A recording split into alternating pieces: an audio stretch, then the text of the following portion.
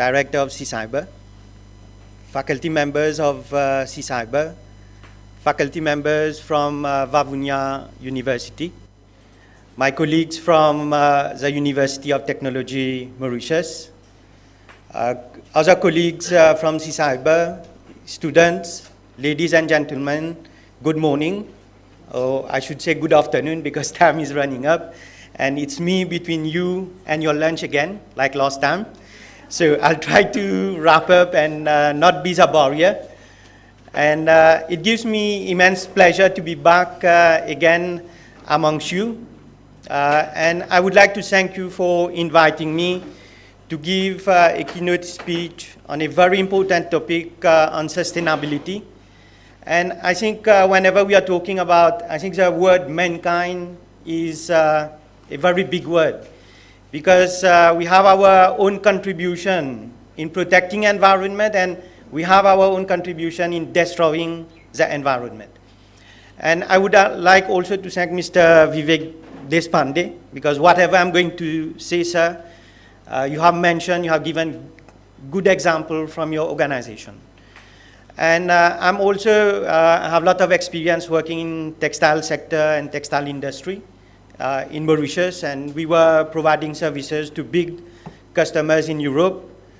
And during your presentation, I went back to the years when I was managing the textile factory, and we were working on sustainability, and we see that your organization has made it a reality. And we were working also on similar type of projects. And you'll find that most of us have been talking in terms of the macro level, what can be done at the macro level to protect the environment. And you'll find that my presentation will focus a bit more in terms of the micro level and the way we are going to support organizations to ensure that we achieve our sustainability objectives. And also we need to recognize, like I think our friend asked a very good question, like is it only organization who should protect the environment or is it a question for everyone today? Because we want it, we don't want it. And maybe we don't realize it also. We are being impacted directly and indirectly from whatever is happening in the environment today. So just to give you the context of Mauritius, we are very much concerned today with the rising sea level. Each year, we find that the sea is rising, and one of the major industries that we have in Mauritius is the hotel sector.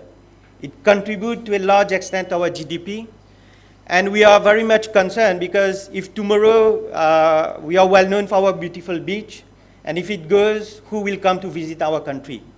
And how do we get the revenues that we are getting today? So after COVID-19, you'll find one of the sectors that contributed in our economic growth again was the tourism sector because there is a concept of revenge traveling. We recognize that many people started to travel. So we had off-peak period, but after the COVID, people started to travel more and hotels were booked.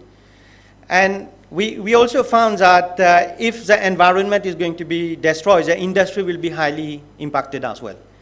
So just to tell you, whenever we are thinking about sustainability, many people in their mind have factories, like factories polluting the environment and the environment leading to increasing temperature and having negative impact on the organization.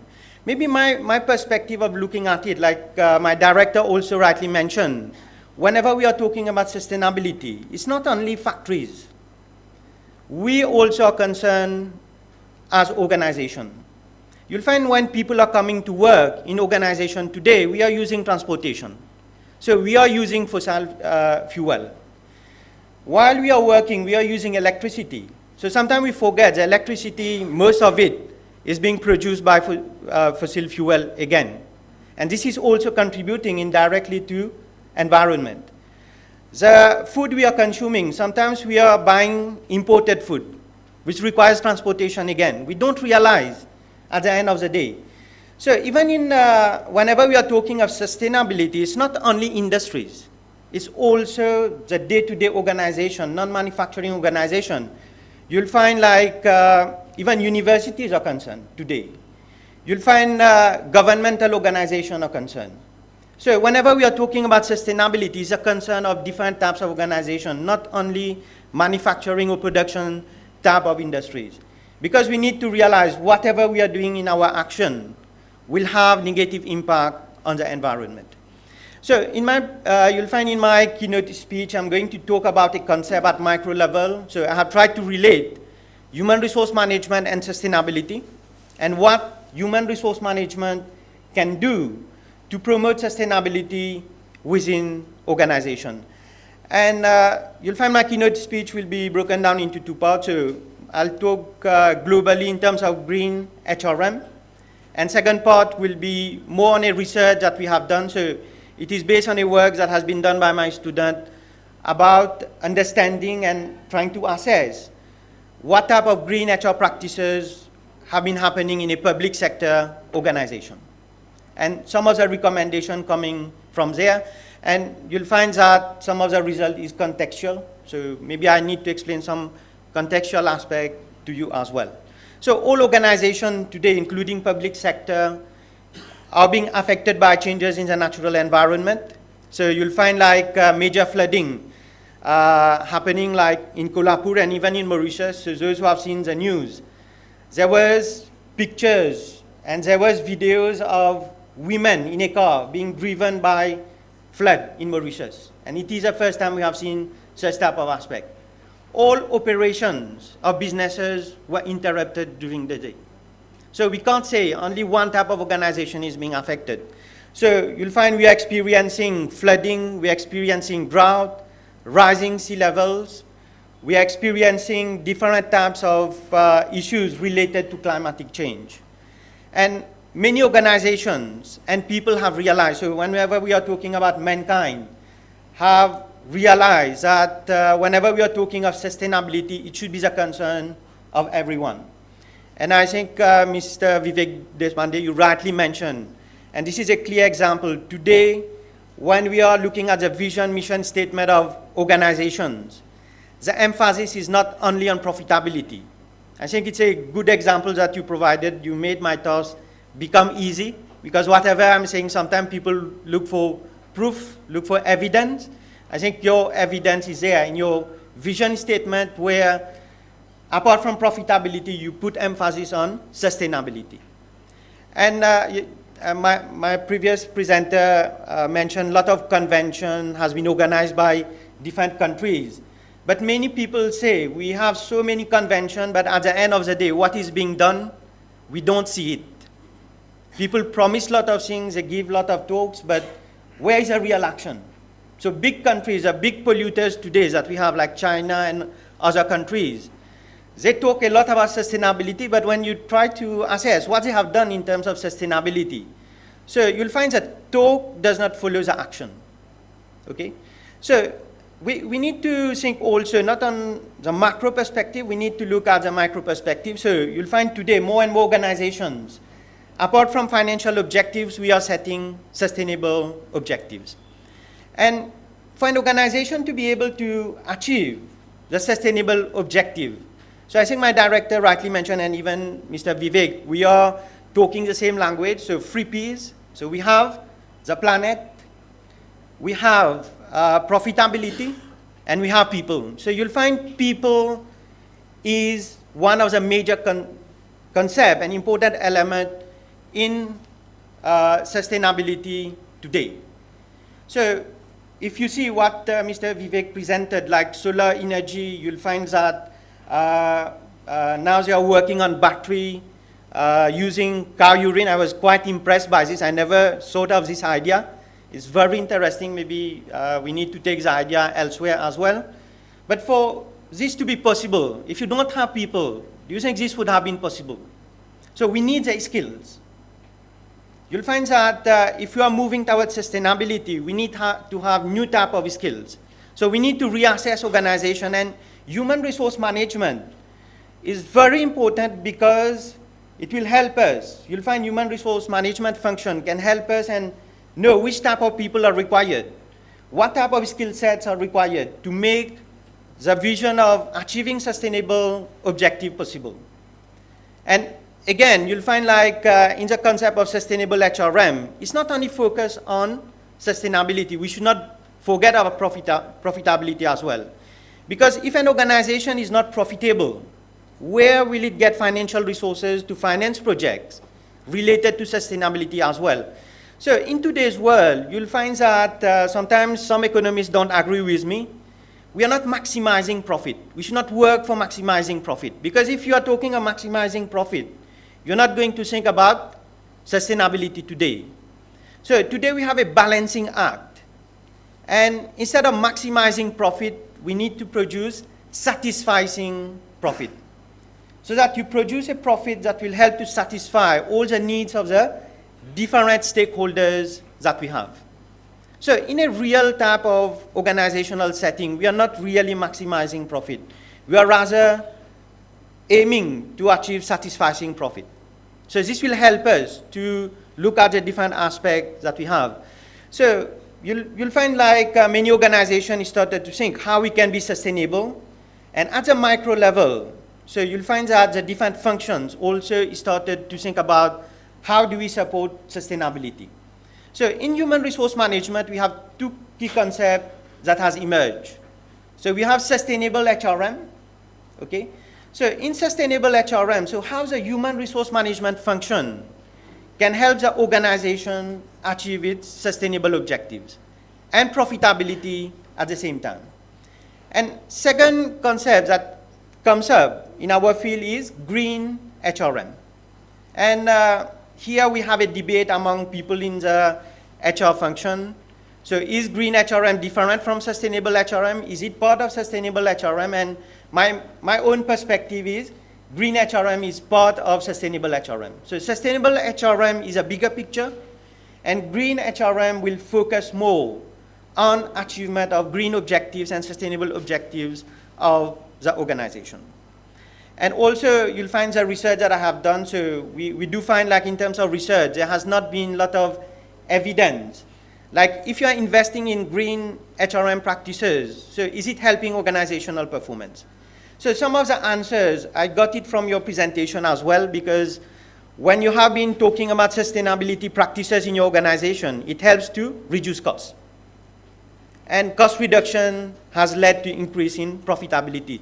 So to some extent, sustainability practices do improve organizational performance. So in terms of the definition of green HRM, so if you look at the definition, two very important aspects is, so green HRM will include all the practices that employees are taking in the organization to achieve the organizational objective, but very important, without harming the environment. And we are also going, second aspect, very important in green HRM is, we need to include the eco-friendly activities and initiatives in the HR functions, okay? So you'll find that whenever we are talking of green HRM, so we need to look at the different functions that we perform. So one of the main functions, I don't mention it here, but very important, is human resource planning. So whenever we are going to have our human resource planning, we need to look at organizational objectives. So what are the financial objectives? What are the sustainable objectives? And how the human resource function can help to achieve the different organizational objectives. So like I mentioned, when we are doing the human resource planning, what additional number of people will be required to achieve our sustainable objectives? What skill set?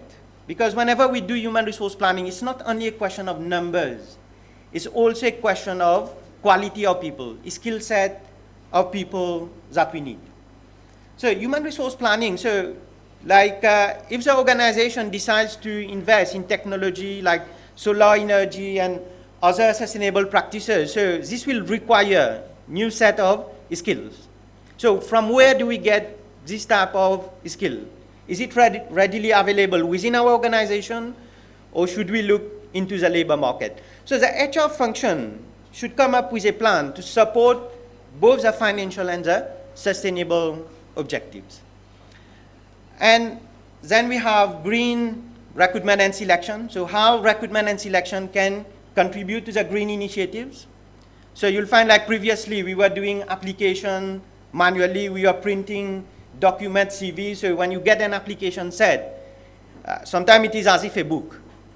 And you are wasting paper, you are sending it by post. So it has certain implication for the organization as well.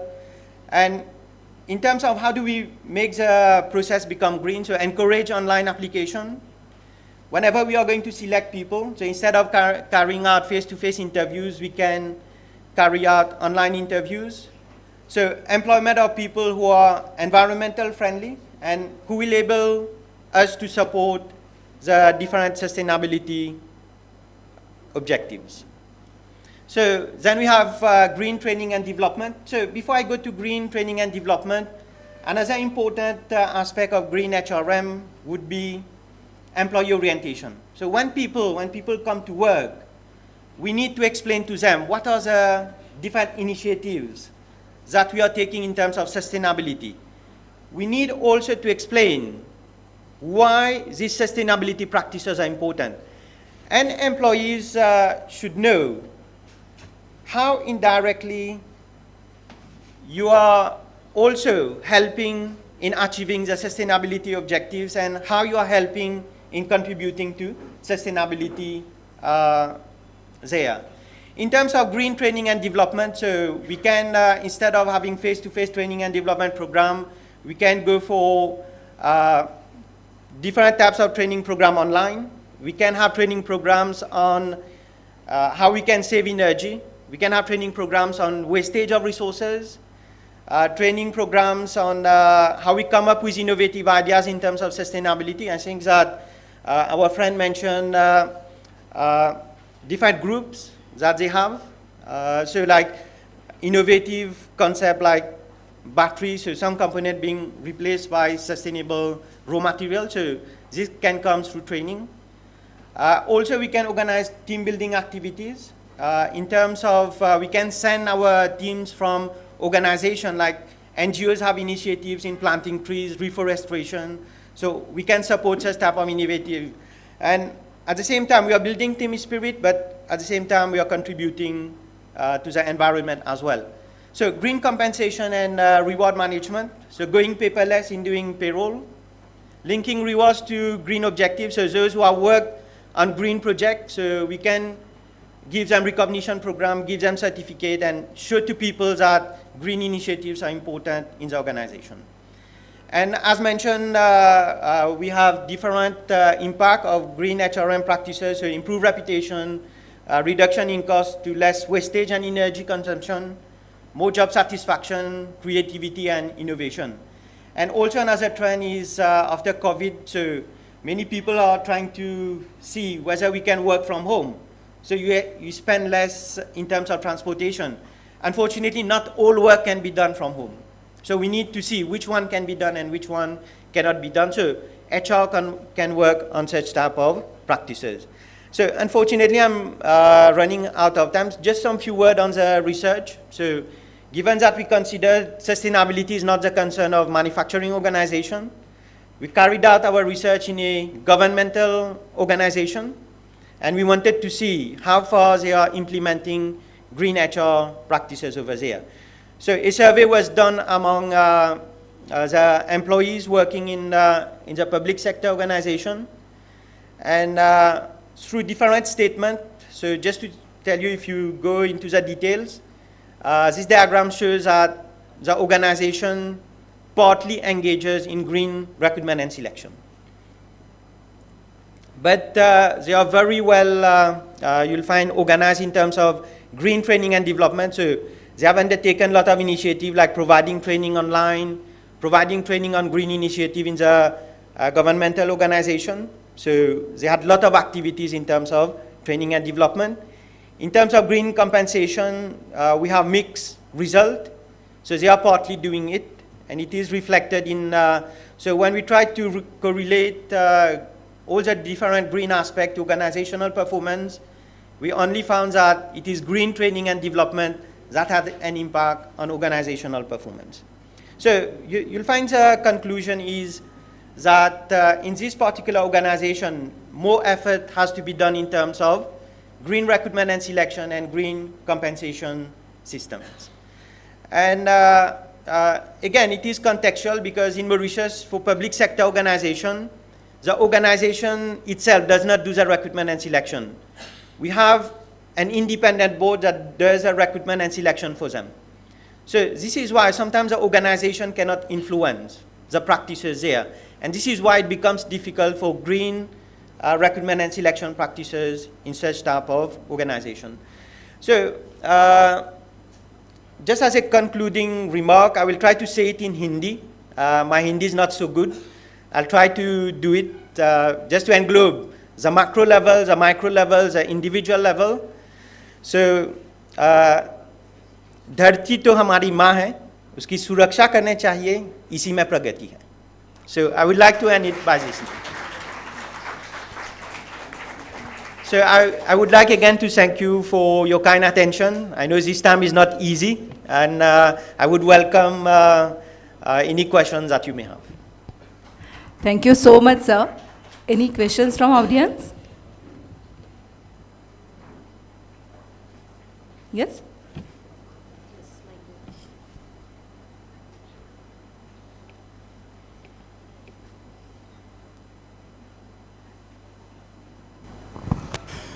So bonjour, Dr. Nidesh. Welcome to Bharat again. So you have talked about green HRM, and from your study you identified that it is more about training and development but not about recruitment process. So during your study, have you found any challenges which is highlighted by the government organizations, why they couldn't go for other two processes of green HRM practice? Thank you. So I think a very interesting question. So we try to analyze, like I mentioned, in the context of Mauritius, like ministries. And this is why I was not able to disclose the governmental body also. Because you'll find that in Mauritius, the ministries don't do the recruitment and selection.